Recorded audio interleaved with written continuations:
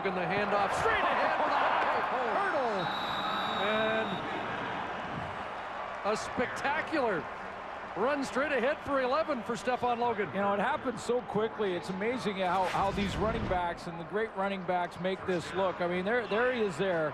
And he hits this hole, and it looks like he knew ahead of time that Haji Razuli was going to go down in front of him, and then he was just going to no problem, I'll just high hurdle you and just keep going for the first down. I mean, that happens in a split second. Most people run straight ahead and trip right over top of him. So now they've got something going. Buck Pierce, pressure, down he goes, stripped with the football. Eric Taylor's got it. And the big man doesn't want to go down, but it's another turnover, the fourth of the night by the BC Lions. Well, it starts from Brandon Guillory, who gets tremendous pressure off the edge on Rob Murphy. Brandon Guillory comes from the left side of the formation over here. He causes the first problem. Rob Murphy can't get out to him, number 56. Watch how he gets cut. He gets up. Now he causes problems for Buck Pierce. Here comes Jim Davis. He rips the football out of there, and it's one hop to Eric Taylor. Brandon Guillory, 2 sacks last week, is coming on. And so that front four stealing a little thunder from the highly touted, highly acclaimed front four of the Lions. And there is activity in the Lions bullpen as Jarius Jackson gets set to return. And whistle go or not, McCarty bounced and must have bounced off one of his own men for play not to have stopped.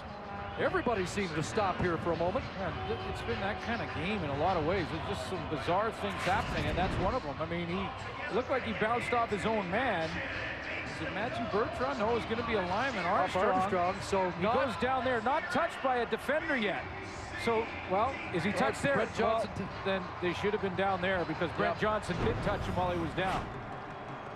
Instead, it's a gain of 4, and the Lions can't challenge anything in the second half.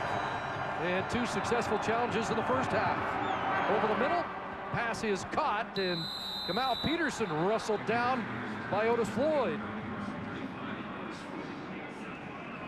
And you have to give credit, Chris.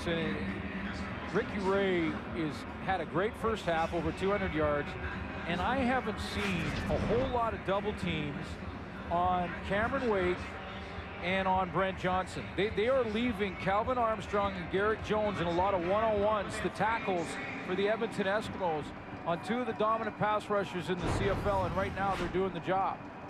Wake has 1 sack. 1 sack, the only sack for the Lions tonight. Screen, McCarty, and Ryan Phillips stepped up and made the play and brings McCarty down behind the line of scrimmage, maybe stretch back to the original line of scrimmage.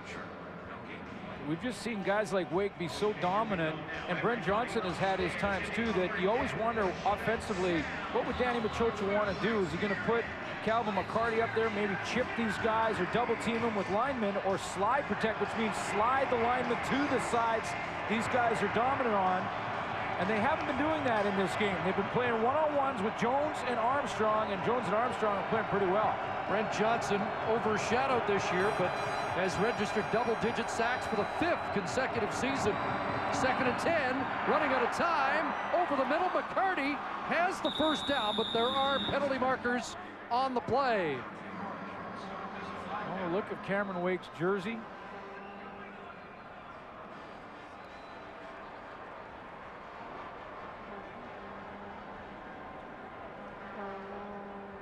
See how that jersey is all... Edmonton, number 67, 10-yard penalty, repeat 2nd down. Dan Comiskey. And the least penalized team in the CFL has 90 yards penalty-wise already tonight. There's 67, Dan Comiskey, and there's Cameron Wake, and he's got the left hand around his shoulder pads. You can see him try and jag Wake to the ground, and Wake still got the tackle. The double hole. Got there. That's the takedown right there. 2nd and 20. 4-man rush, Ray time. Kelly Campbell again. And Campbell still going to the 45-yard line. He leads the league in yards per catch, coming in at 22.8, and he's fattened his average tonight. Jamal Johnson, number 39, the middle linebacker in this play, is going to overrun it. Kelly Campbell goes in behind him and layers in front of the safety, Baron Miles, who had vacated the middle. So here comes Kelly Campbell. He goes, and you can see Jamal Johnson flash in front of him. That's route running with your eyes. Not necessarily using all the speed, just seeing the open area and getting to it. So 37 on that pickup. 3 catches, 103 yards on the game. That pass falling incomplete. Intended for Kamal Peterson. That's the tough part about playing against Ricky Ray. If you play Ricky Ray when he's in a rhythm like this, in a lot of man-to-man, that means that you got Kelly Campbell, Kamal Peterson's having a great year, Maurice Mann in one-on-ones in the secondary. Puts a lot of pressure on your secondary. If you decide to play zones against Ricky Ray, he dumps it off to the backs and Calvin McCarty. He'll hit the under stuff on crossing routes to Kelly Campbell and things like that, and makes it tough. So it's almost pick your poison when Ricky Ray's on. Again, without Fred Stamps in this game, should be ready next week. Now that ball thrown into the corner, and Maurice Mann had turned it inside. And Ray didn't have time to make the adjustment on the throw. Maurice Mann had made a decision off the line of scrimmage to come inside and go down the sideline. He's going to end up coming in here and then going down the middle there. And Ricky Ray, watch the time run out on him. Brent Johnson got there, so he had to throw it to the open area. He had to throw it on time, and Mann had made the decision to come inside. In the field position game, though, a productive drive for the Eskimos. And now Prefontaine to pin BC deep. And that ball lines out beyond the 20. They're going to mark it at the 22, and that will be a penalty against Prefontaine as he was unable to get it inside the 20. Welcome back to BC Place Stadium, where Farhan Lalji is on the sidelines.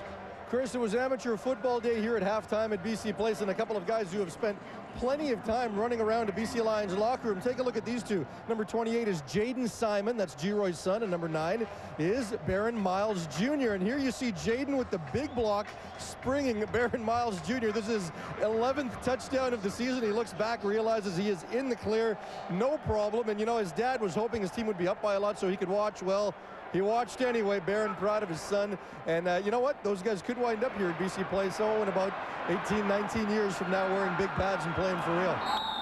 Jarius Jackson in the game, but so far nothing different for the Lions offense as Eric Taylor brings Jackson down.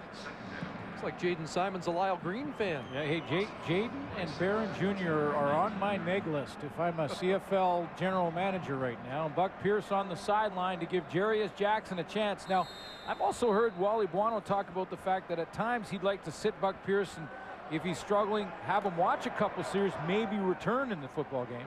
He does believe he can win with either quarterback, and Jarius Jackson in to try and turn the course of this game around. Loss of 4, looking at 2nd and 14. A lot of time, airing it out. G-Roy Simon just out of his reach. G-Roy with at least a step on the closest defender, but Jackson off target. And what Edmonton has done to make up for the loss of Sadiq Shabazz is to move Scott Coe. Now they move him up and drop him as a linebacker, move Shannon Garrett back into the safety, who was way to the side of the wide side of the field, didn't get back till late. So G-Roy Simon was wide open down the middle. Jarius Jackson just missed him. And well behind the play, another skirmish and another penalty marker. After the play, we have dual fouls. We have face mask against Edmonton and face mask against BC. Those penalties balance out with third down. I believe 94 and 56. Yeah. Rob Murphy and Dario Romero. That would be an educated guess. I think I'd put my money on that as well. You look all the way down to the back, right in there. Back and forth. Getting a little hate on. Nick bouncing down inside the 45, scooped up by Jackson. Bubbles back, looking for a crease. Does he find one? No. Dropped at the 48. Less than 5 minutes to go here, third quarter.